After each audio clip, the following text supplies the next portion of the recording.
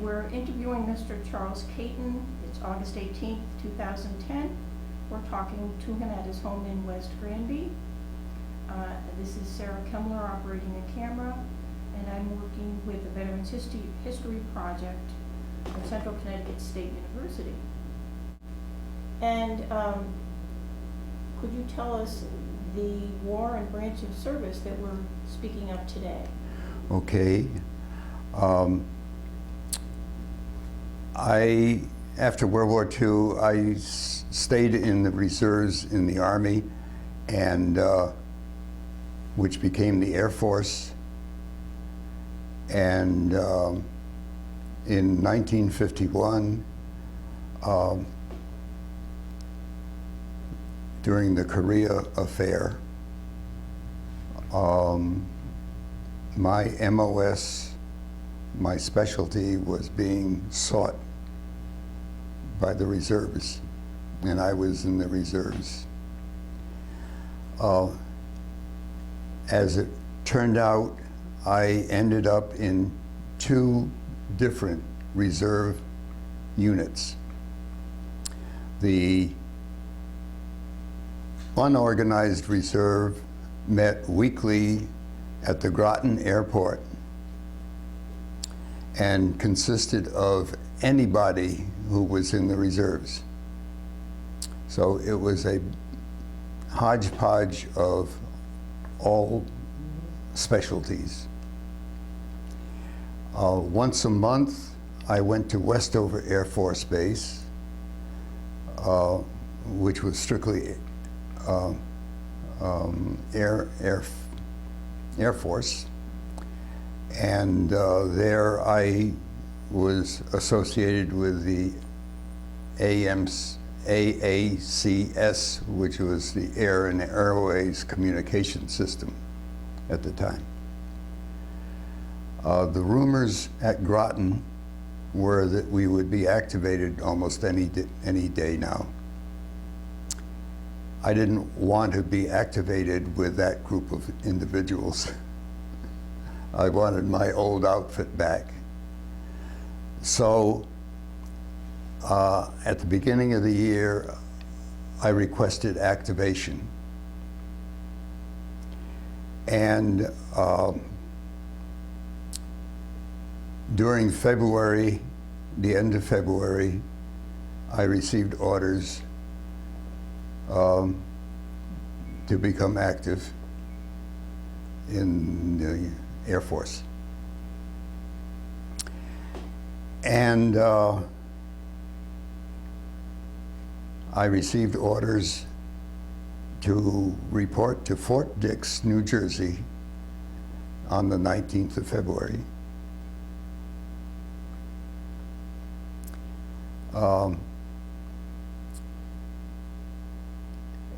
An interesting sidelight was that I went down by train and I wore my old Army uniform.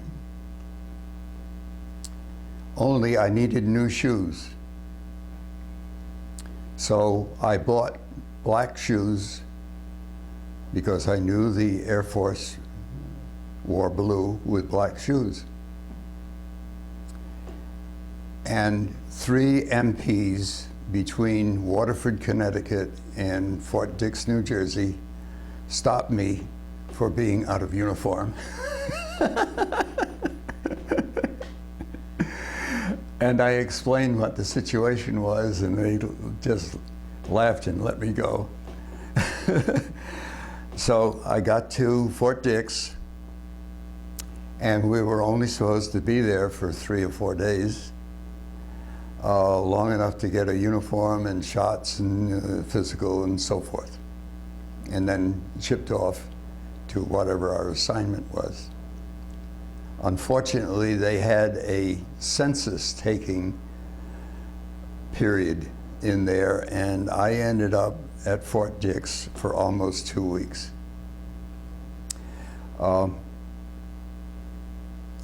And got everything.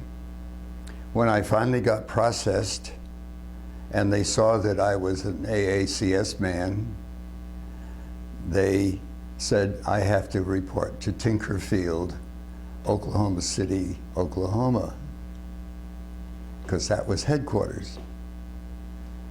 And they would assign me to wherever they needed me. So at the beginning of March, I got on a train and went to Tinker Field.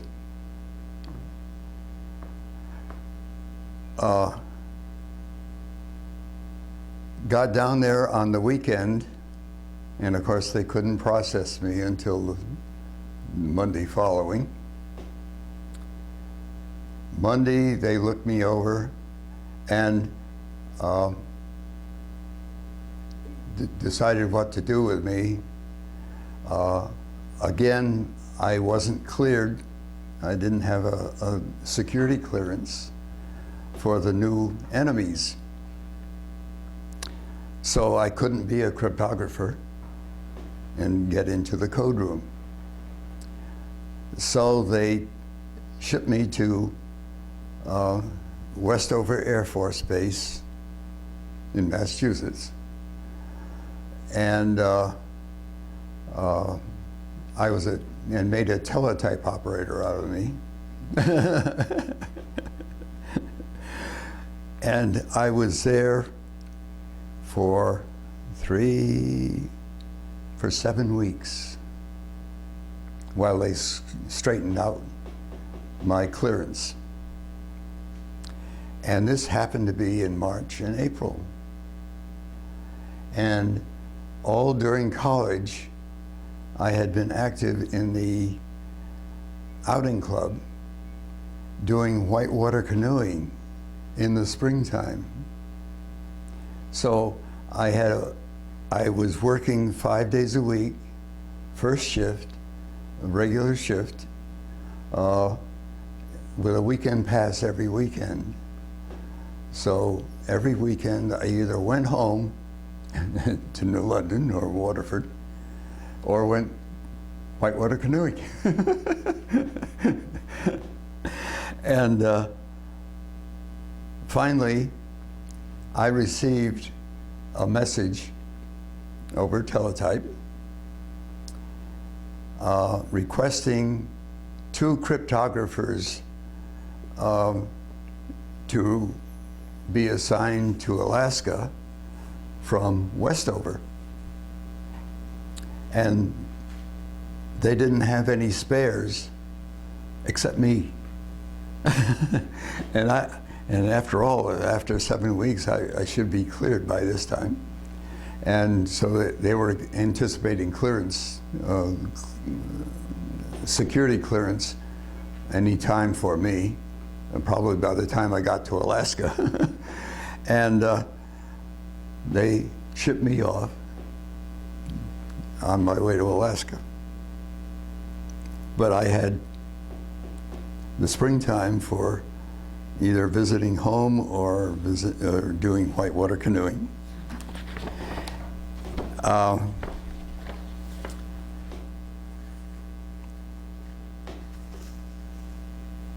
Finally, and in a sense, what I did, they shipped me by train to Oklahoma City for a weekend and back to Massachusetts for 7 weeks.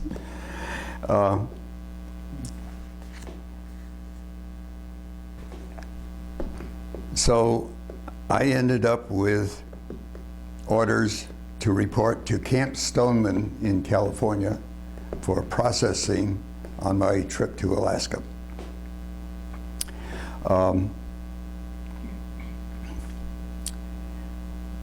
In the military, you either have you can have them give you travel tickets between stations, between assignments, or you can take the cash and plot your own route, or drive if you're able. So I had plenty of time, and I was going to California, and I figured, well, what the heck, I'll take the cash and go by Greyhound and plot my own route, which I did. I went down to New London and got the Greyhound maps for the United States and figured out where I wanted to go, and got a ticket a yard long because I had to change buses so frequently. And I went to California on my own via Niagara Falls, Ontario, Canada, across Michigan. The state of Michigan did not have a bridge between the two sections of the state at that time. They do now. And across North Dakota and Montana. And I was hoping to go through Yellowstone Park because Greyhound has a summer route through Yellowstone, but the bus wasn't running yet. So I had to go on to Butte, Montana, and then south to Salt Lake City and change the bus there and visit the zoo, and then go from Salt Lake to Northern California, and then south to Camp Stoneman. Well, at Camp Stoneman, my papers were screwed up. And I was supposed to be there probably for a week or 10 days to get on a ship to go to Alaska. Instead, I was there for 6 weeks and ended up having a rather interesting experience there, in the sense that they put me to work in the orderly room, making shipping orders for everybody else to go on their ships. And I got to thinking, well, a little curious as to whether I was going to Alaska as a replacement for someone where they needed a cryptographer, or whether they were setting up a new air base in Alaska and were putting a team together. So I did a little snooping and got caught. And the next thing I know, 2 security officers are requesting an interview with me. I explained what the situation was and why I was doing it, and they suggested that I stop what I've been doing and sent me back to the office again. So anyway, eventually,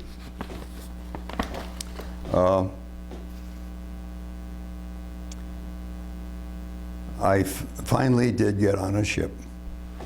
But in the meantime, I did all sorts of other stuff.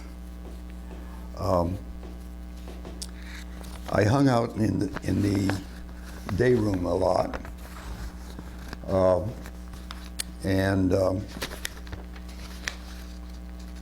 While I was in the day room one day, I was looking through Collier's magazine, and I came across an article on whitewater canoeing,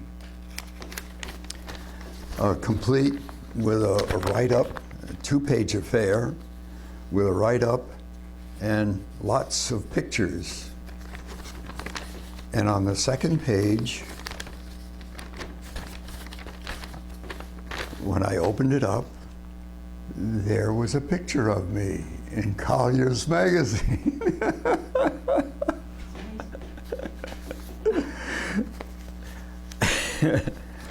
It's my back, unfortunately. And you didn't know? And I didn't know, and I was shocked to see my picture in Collier's. I'm the one with the light-colored hat. That must have been a bizarre coincidence. Yes, it was. Yeah. And pretty quick, I get a letter from my future wife. We'd known each other all through college. And her home was in Waterbury, and we corresponded all during Korea. And she sent this to me in case I hadn't seen it.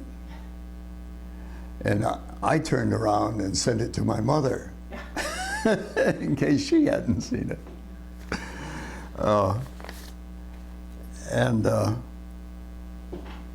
Apparently Joan explained to her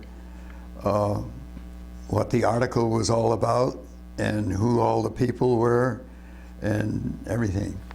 And all of the people in the picture with me were classmates at UConn. Oh, for heaven's sake. And the only reason my wife was not in one of those pictures, this was in the spring of 1950, was the fact that the Yukon Outing Club had a trip to Vermont in February of 1950, which was for skiing and sliding downhill and everything else like that, in between semesters.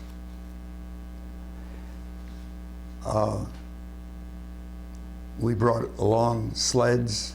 We borrowed cardboard and refrigerator fronts and things like that from our host family up in Vermont. And three of the kids from college age got on one of the fronts of the refrigerator crates that said, "Handle with care." And they went sliding down a hill on it, on a crust. Joan had gone down on a cardboard earlier and had discovered that there was a barbed wire fence at the bottom of the hill, and the weight of the three college kids was so much greater than the kids from the family that they were going to go farther than the kids had. And they were heading for the barbed wire fence. So she tried to stop them. And what resulted was that she ended up with a fractured skull, and the girl on the sled ended up with a broken ankle. And fortunately, we had a pre-med student along with us on that trip, because he generally didn't come because he had to study so much. But when Joan was complaining about her ear bleeding and there was no blood, he sensed the fact that she had cracked her skull and her cranial fluid was leaking into her inner ear. So we got her to the hospital as soon as we could. And she came out of it perfectly all right. But she was in the hospital for half of that next semester. And so she wasn't on the trip.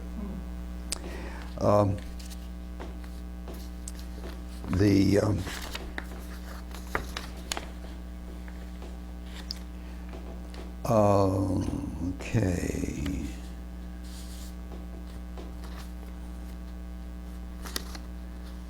Okay. Oh, that's that one, and this is this one. What I have here is a photo album that contains all of the correspondence that I sent to my mother during the Korea affair. And as I said, I was at Camp Stoneman for many, many weeks.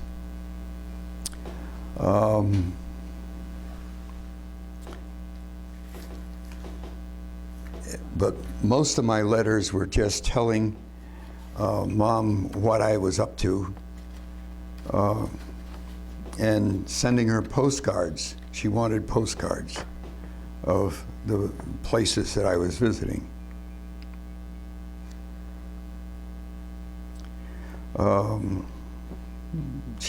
I said, I stopped at Oakland and Berkeley last Saturday afternoon, wandered around the University of California campus for a couple hours. They have nice buildings, but the campus isn't very impressive. There was hardly anyone around, and apparently, this is June. Apparently a little campus activity on weekends.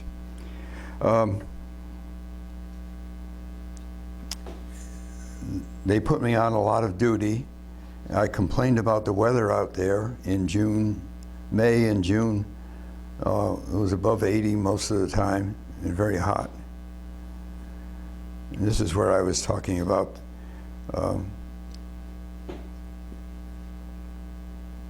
the fact that I was doing snooping in the records, and the couple of guys from the Office of Strategic Intelligence came to visit me.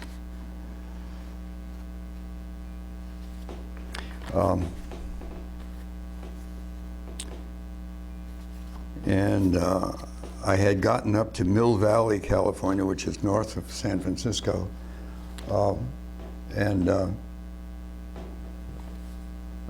was very impressed with that up there. June 17th, happy Father's Day, late as usual. I've started getting my teeth fixed up almost 2 weeks ago now. So far, I've had one pulled and about 8 fillings, more to go, and so forth. Sunday, one of the things that the Greyhound trip west gave me was access to the Greyhound station in San Francisco. There's a bulletin board, and all of the Bay Area hiking clubs post their schedules there. And I swore I was going to get there somehow. Sunday, I finally made connections with one of the local hiking clubs, the Berkeley Hiking Club, and spent the day climbing Mount Diablo and its northern peak, which are within sight of Camp Stoneman. It was an interesting climb, so different from anything in New England. Trees are very scarce. Most of the time we were walking through grass or gravel, with, of course, continuous views.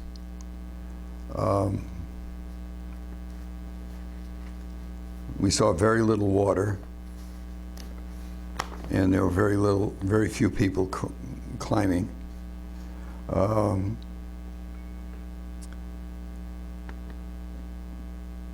One of the things that I personally remember and didn't mention in the letter was the fact that we came upon a rattlesnake in our hike. I didn't want to disturb my wife, my mother.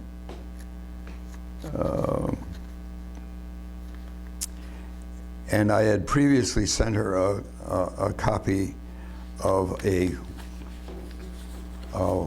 wildflower book that I had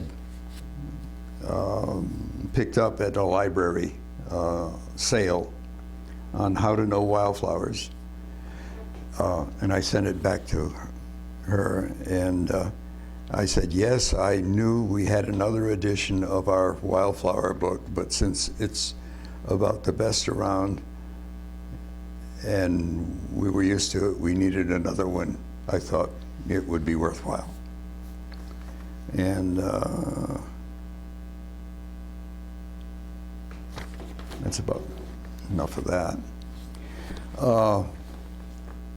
Again, You were pretty much enjoying the whole process of getting to your posting. Oh, You were yeah. taking maximum advantage. oh yes, I was going everywhere. And I was working 5 days a week in the office and then had every weekend off. So, and this lasted, 4 weeks in May and 4 weeks in June. And at the end of June, here it is. At the end of June, my time finally came up. And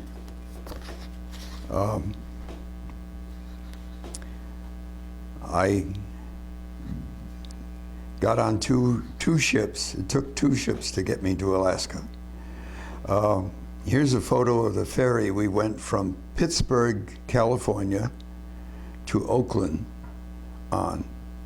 We weren't nearly as crowded as when this picture was taken. I got your letter of the 1st and so forth. So this was a small steamer, the Yerba Buena, a U.S. Army harbor boat. And also I continued the letter. I start out, I've decided the service is no place for me and intend to get out as soon as they let me. I was thinking of staying in because I had 9 years of service, counting all the reserve time that I had.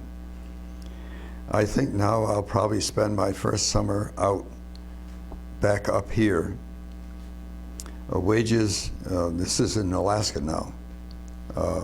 I went to Alaska on the USS Thomas Jefferson, which was a Navy ship. And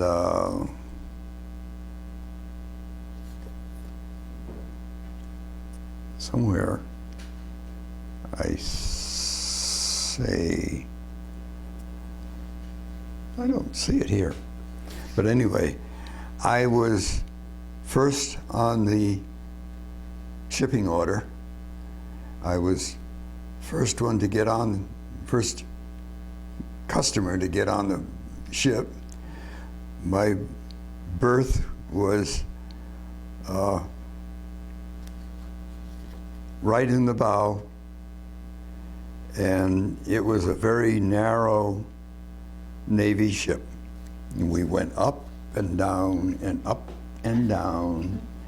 And during World War II, I'd gone around the world, compliments of Uncle Sam, and never gotten sick. But boy, did I get sick on my way to Alaska.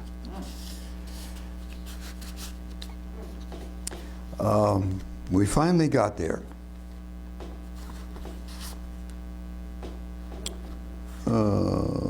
Where am I?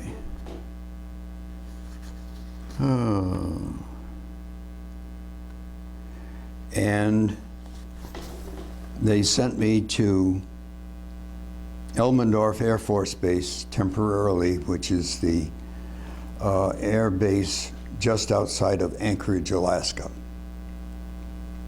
I knew that was a holdover, and finally they decided where I was useful, and they sent me by air to Ladd Air Force Base, which is near Fairbanks, Alaska, up in the middle. And I was there for maybe 3 or 4 days.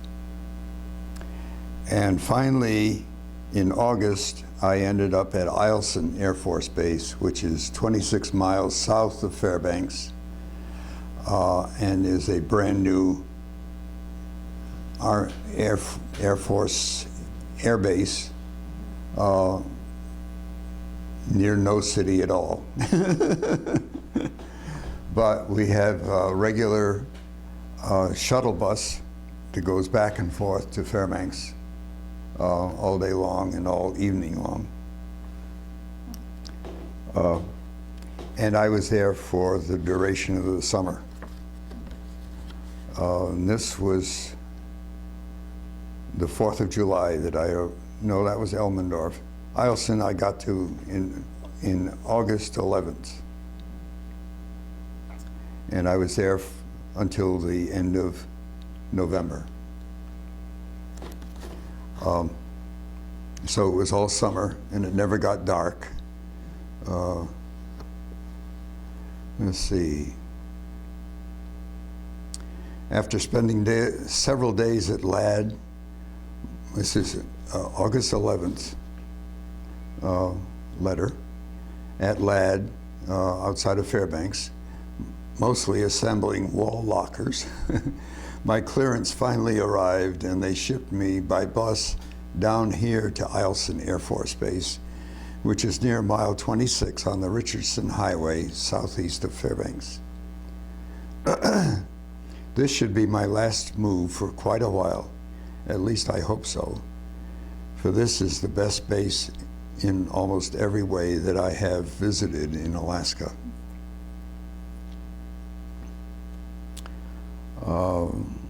Fairbanks was somehow very, very pleasant surprise.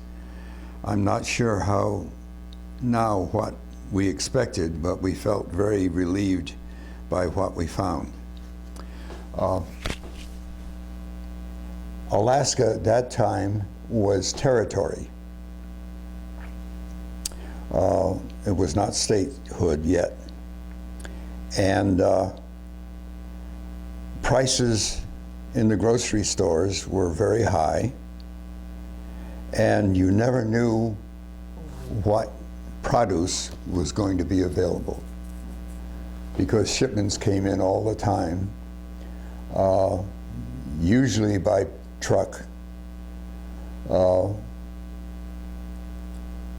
And if you really wanted bargains, you waited for the independents to show up. So they would park along the highways and just sell the watermelons or cantaloupes or whatever they had off the back of the truck. And it was usually much easier and cheaper. They had an excellent YMCA in Fairbanks, where they used to have square dances every Monday night, and they had trips every once in a while. At the square dances, they had enough girls attend for 5 sets. So that meant 20 girls. And you got to meet some of the locals. And then they had schottisches and 3 steps in between. I remember going on a gold panning trip through the Y, and I actually found some gold pieces out of streams. So that was interesting. They taught us they supplied the pans and stuff and taught us how to use them. So this went on all during the summer. And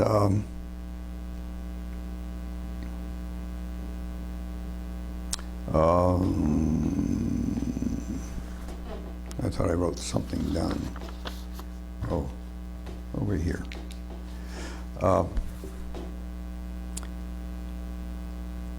Until about the week before Thanksgiving,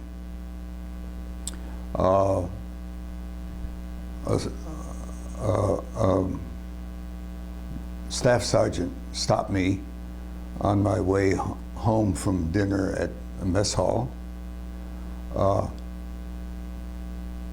and said, "Hey, Katan, had you thought about getting out of active duty?" I said, "Why? What did you have in mind?" The war was petering down then. So I said, "Sure." So he says, "Well, we're working on something." So by the week after Thanksgiving, I had my orders, and since I had been in the organized reserve, and that's how I'd gone into the active Army through Westover, that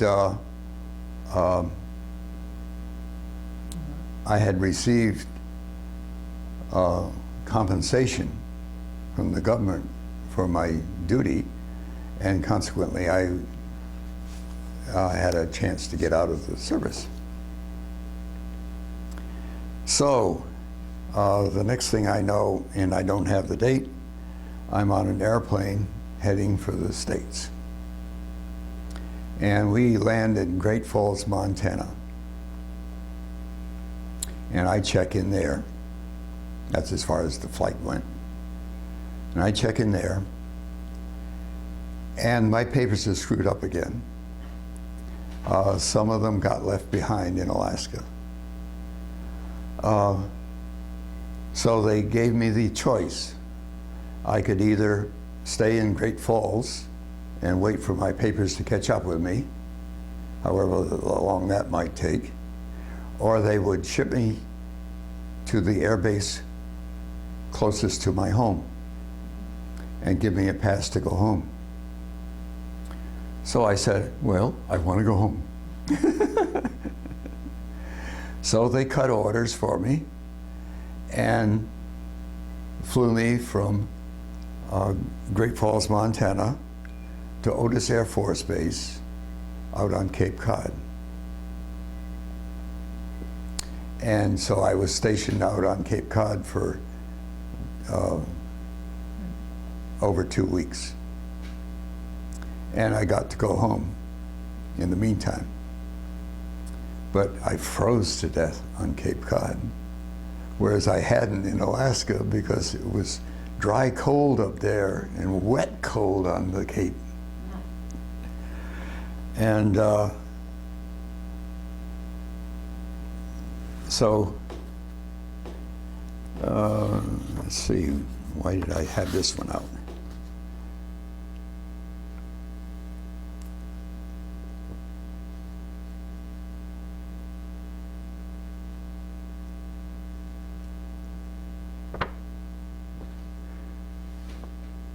Well, I guess somebody has been praying pretty hard, because it looks like I'll be home for Christmas in 51 after all. It has all happened very suddenly. 2 weeks ago they asked me about it, but I didn't believe there was any possibility. Then yesterday they called me up to tell me that headquarters hoped to have my orders cut so I could leave by the 5th of December. Just like that. I think it was the 5th of November, though. Tell sister congrats on the new nephew. My sister had a baby.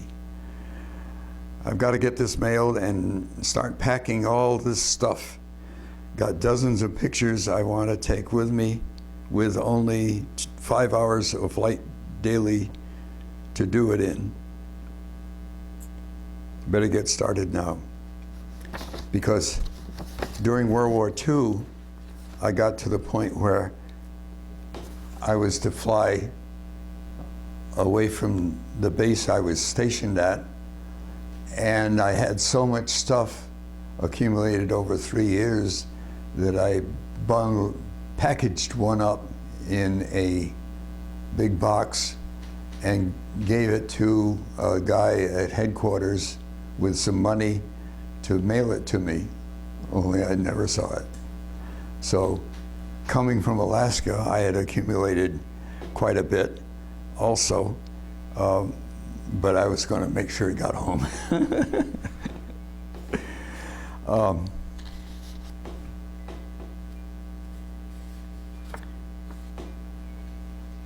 So anyway, I finally conclude this with a telegram I sent to my mother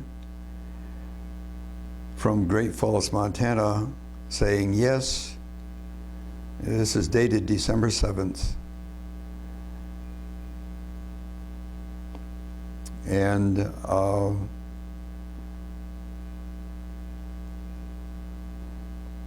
I'll be home by bus Wednesday, it says. I think it was longer than that, that I was on Cape Cod.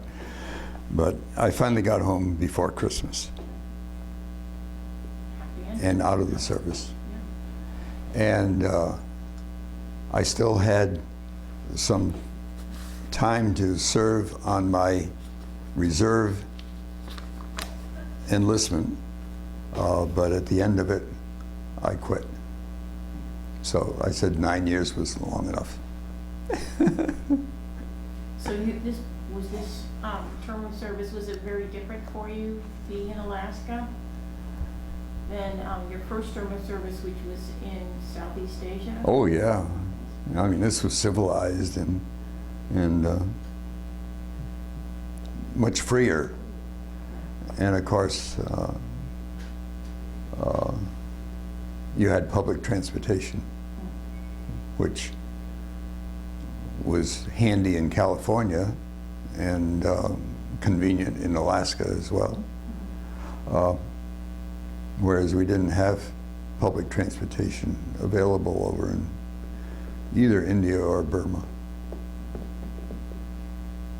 Did you feel sort of far away from the actual fear of war while you were in Alaska? Sure, yeah. But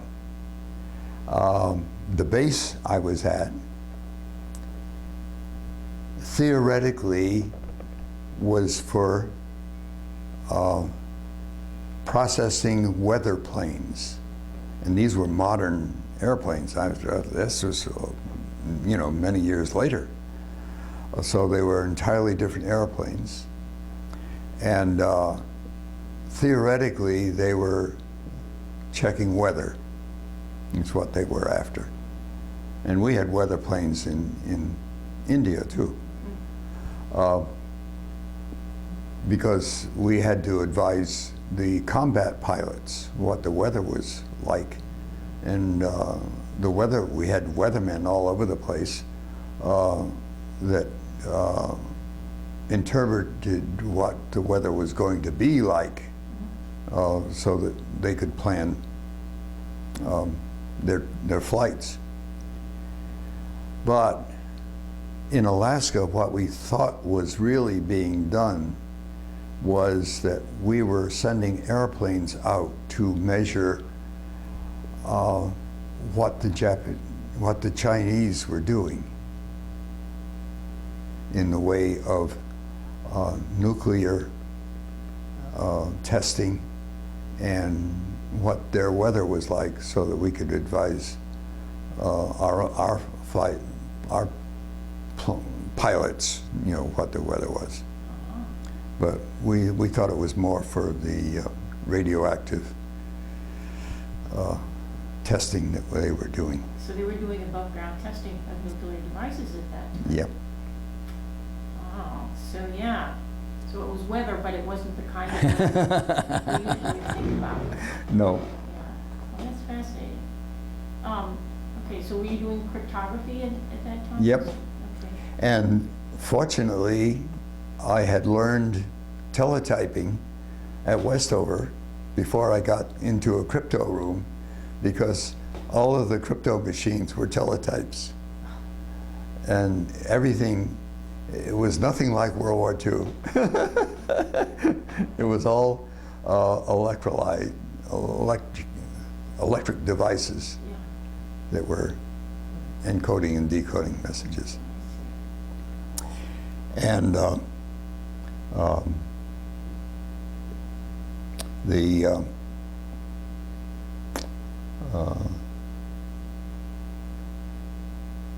at the end, everything was going through in English anyway, Oh, because the war was over, and our mail was no longer censored and things like that. okay. So whatever that period of conflict was, called, it really had ended. Yeah, It really had. yeah. Well, when you were up there in Alaska, I'm sure you had time on your hands. Did you ever sort of think back on your previous Army experience and what, how it was different from? No, because college and my other activities in the meantime had interfered Yeah. pretty much, and So it was just very long ago. That Yeah, was the previous yeah, experience. yeah. It was just a long time ago. And it was after that experience that the 67 Sad Sacks from World War II got going and got organized and had reunions. So we had ties with each other that went back to our World War II experience, and only one or two of them had been in the reserve and gotten recalled during Korea. So those were your real strong ties that you had made was during the war. Yeah, yep. Yeah. So when you were in Alaska, it was more or less just get the job done. Yeah. Yeah. Well, did you ever go back to Alaska? Because Yes. it's a pretty amazing place. Yeah. Of course, that's another whole story. It is a Joan and I had an opportunity to take a princess cruise out of Acapulco, Mexico. This is after we were married. And our first port of call was in Costa Rica. And there we got off the ship docked, and we got off the ship and took a tour of a rainforest with a guide. So we got on a bus and went to the trailhead, and he took us on a long walk, and we were walking for maybe a couple hours into the rainforest, and supposedly to look at the wildlife. And we were hearing birds way up in the trees and seeing butterflies flying around, but not much else. And finally,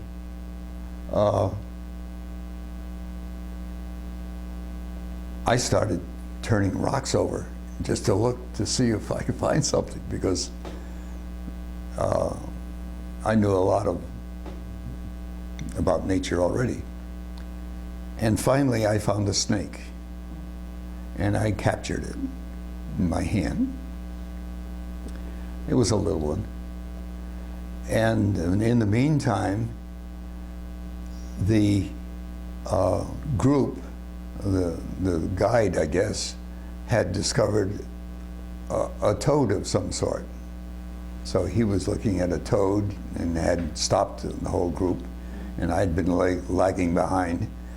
And I joined the group with my snake in hand, and he showed me the toad, and I showed him my snake, and I was transferring it from one hand to the other, and the little son of a gun bit my left index finger.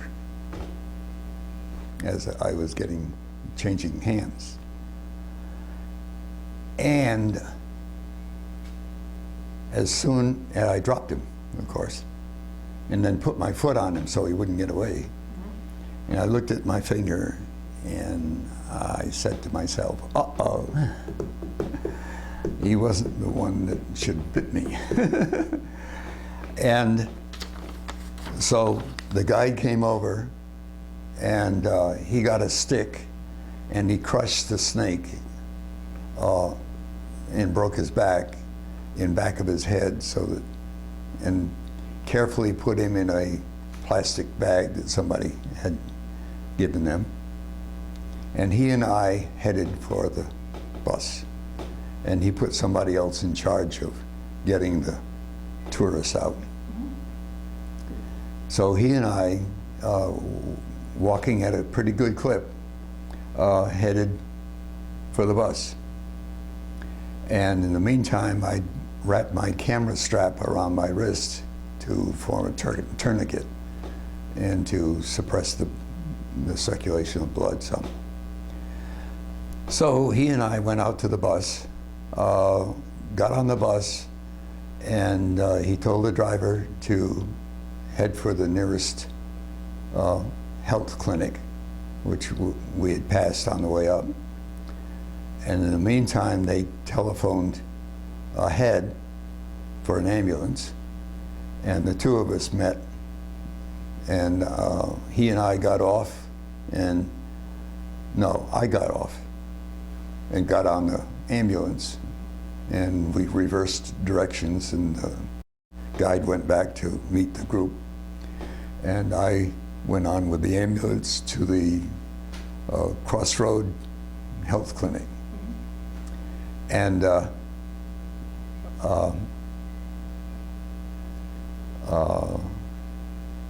they took me in their one room, and I ended up with 4 IVs in my arm and a tetanus shot in the rear, including one of the IVs was anti-venom.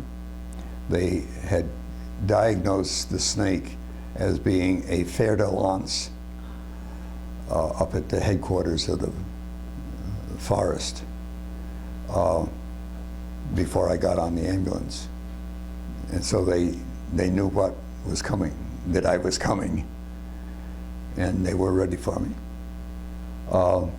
Apparently the anti-venom worked, or else the snake was so tiny that he didn't inject it that much venom into me. So I ended up with being hospitalized at the port hospital where the ship was docked. And in the meantime, I was obviously not going on the cruise any further. And Joan had to get off and rescue all our luggage. And the customs office was closed for the day because they weren't expecting anybody coming in. So they had to rouse somebody out to go through customs. And there was a medical group on board our ship on a cruise, and they took Joan under control too and advised her and so forth.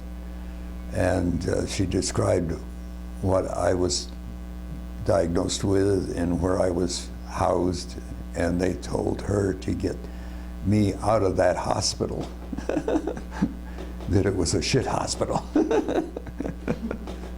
for seaman accidents only. Okay. So she came back with all the stuff from the ship, and in the middle of the night was going to check me out of the hospital on her own cognizance. But they couldn't find my clothes because they had it filed under my middle name, not my surname, because of the customs. And they finally got everything together, And they got me out of bed and into the ambulance. And in the middle of the night, we drove up to San Juan, the capital city of Costa Rica, and into a hospital up there. And I was there for 4 days.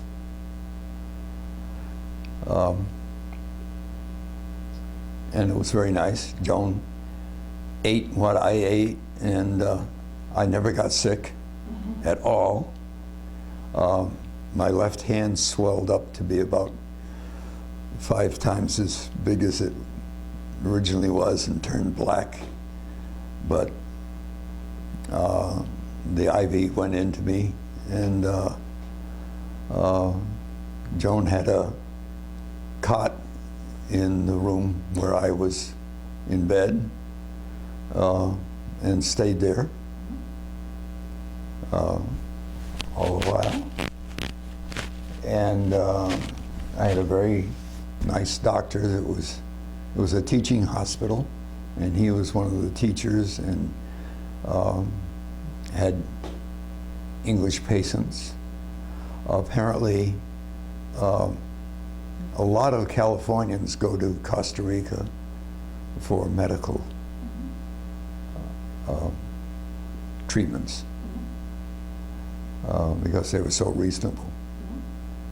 And my medical treatment down there didn't cost anything, and to me. And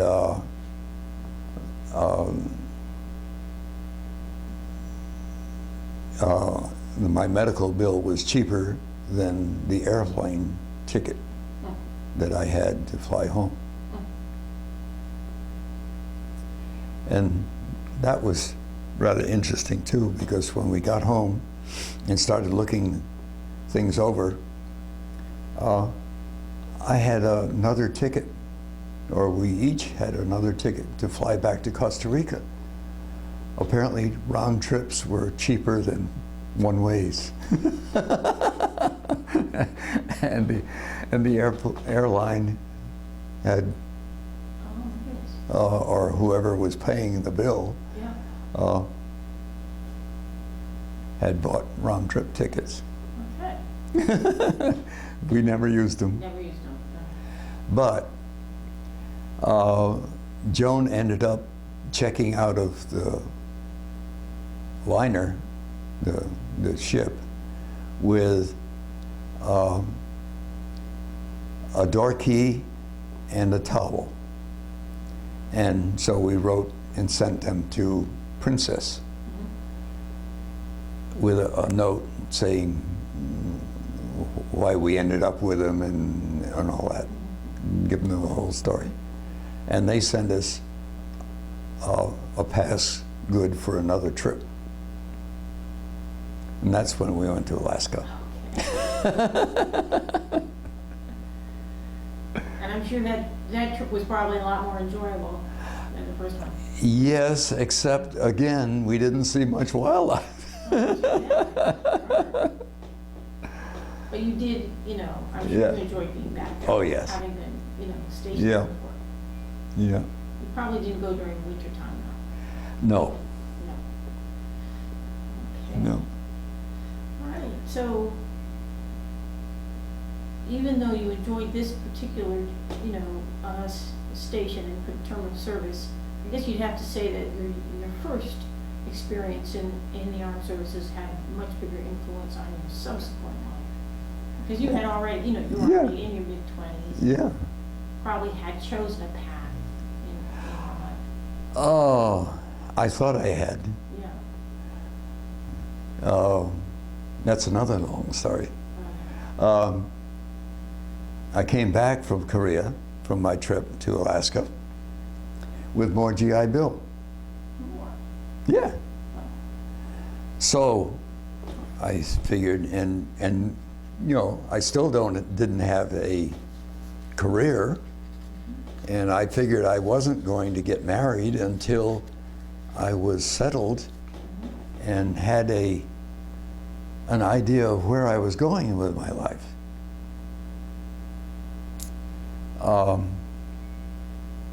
and she apparently was willing to wait. She went to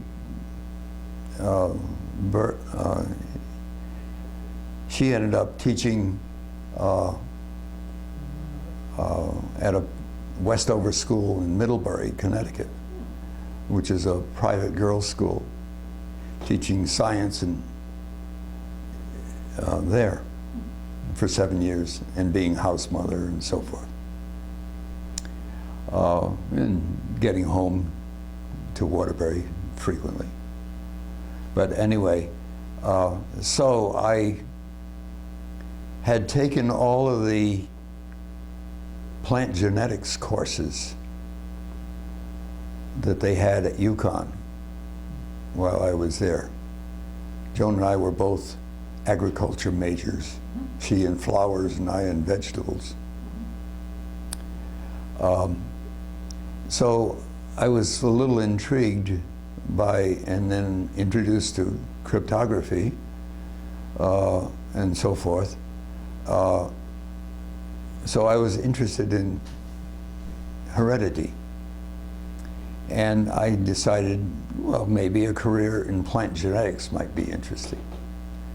So I decided to get my master's degree, and I got a whole bunch of catalogs out, and University of Minnesota had an excellent. Because of the GI Bill, you could Yeah. contemplate this Yeah. form of education. Yeah. Cool.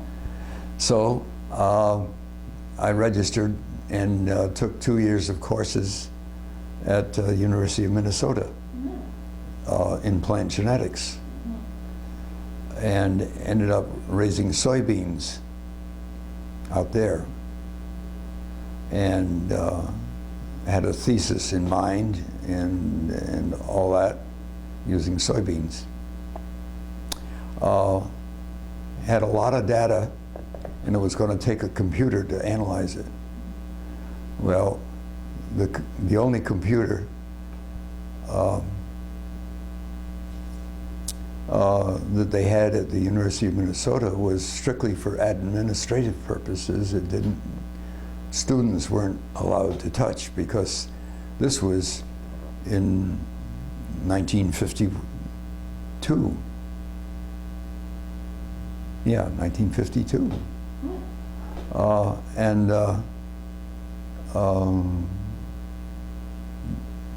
It was the early days of computers. So anyway, in '53, I finally came back east, carrying my soybeans with me and my notes, and thinking I was going to write the paper sometime. Came back, toured Hartford looking for a computer job. The insurance companies were getting into computers at the time, but they were looking for math majors or insurance people. They didn't have machines on site at all. And so I went to New Britain Teachers College one summer, got a temporary certificate, ended up with a job in Canton High School, teaching science and math to 8th graders.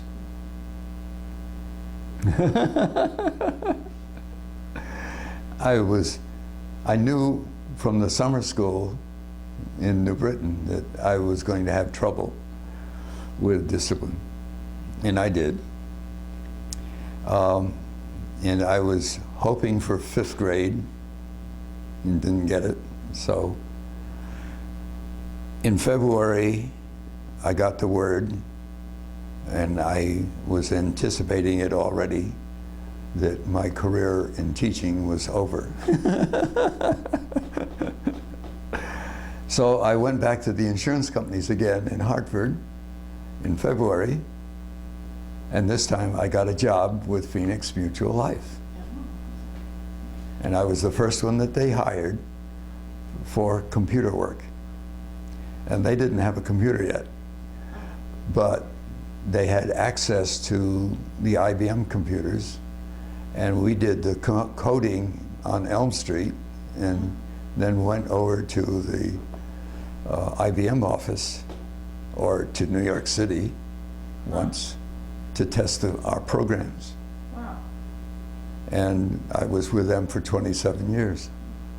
So you learned enough about programming and computers in the course of your graduate work that you could see the possibilities of Yes. new technology. Yeah. And so I was with Phoenix in 53, 54. And no,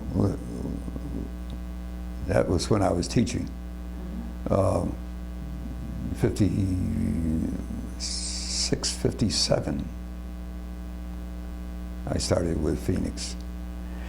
And the next year, in 58, they came up with a joint trip with Connecticut Mutual to send an airplane tour to Europe. And it was very reasonable. So I sent a notice to Joan with a proposal, and we got married in May of 58, and joined 73 other people to go to Europe on our honeymoon for 16 days. And since we'd known each other for 12 years, we didn't act like honeymooners. Only to the great relief of everyone else on the trip. And we didn't stay in any bridal suites anywhere. But we had a wonderful time. Yeah. So really, you know, your service and the education that came with it Yep. really did have a huge influence Yep. in your life, for sure. Except for her short stays at various teachers' colleges. Yeah. My mother was a school teacher also. Oh. And she taught a one-room school when I was born. Oh. There's a weird story about that she used to tell on herself too. All right. Well, you know what, Mr. We're finished with the wartime part. Yep. Thank you for giving us this additional interview, and I'm going to stop the camera just for a moment.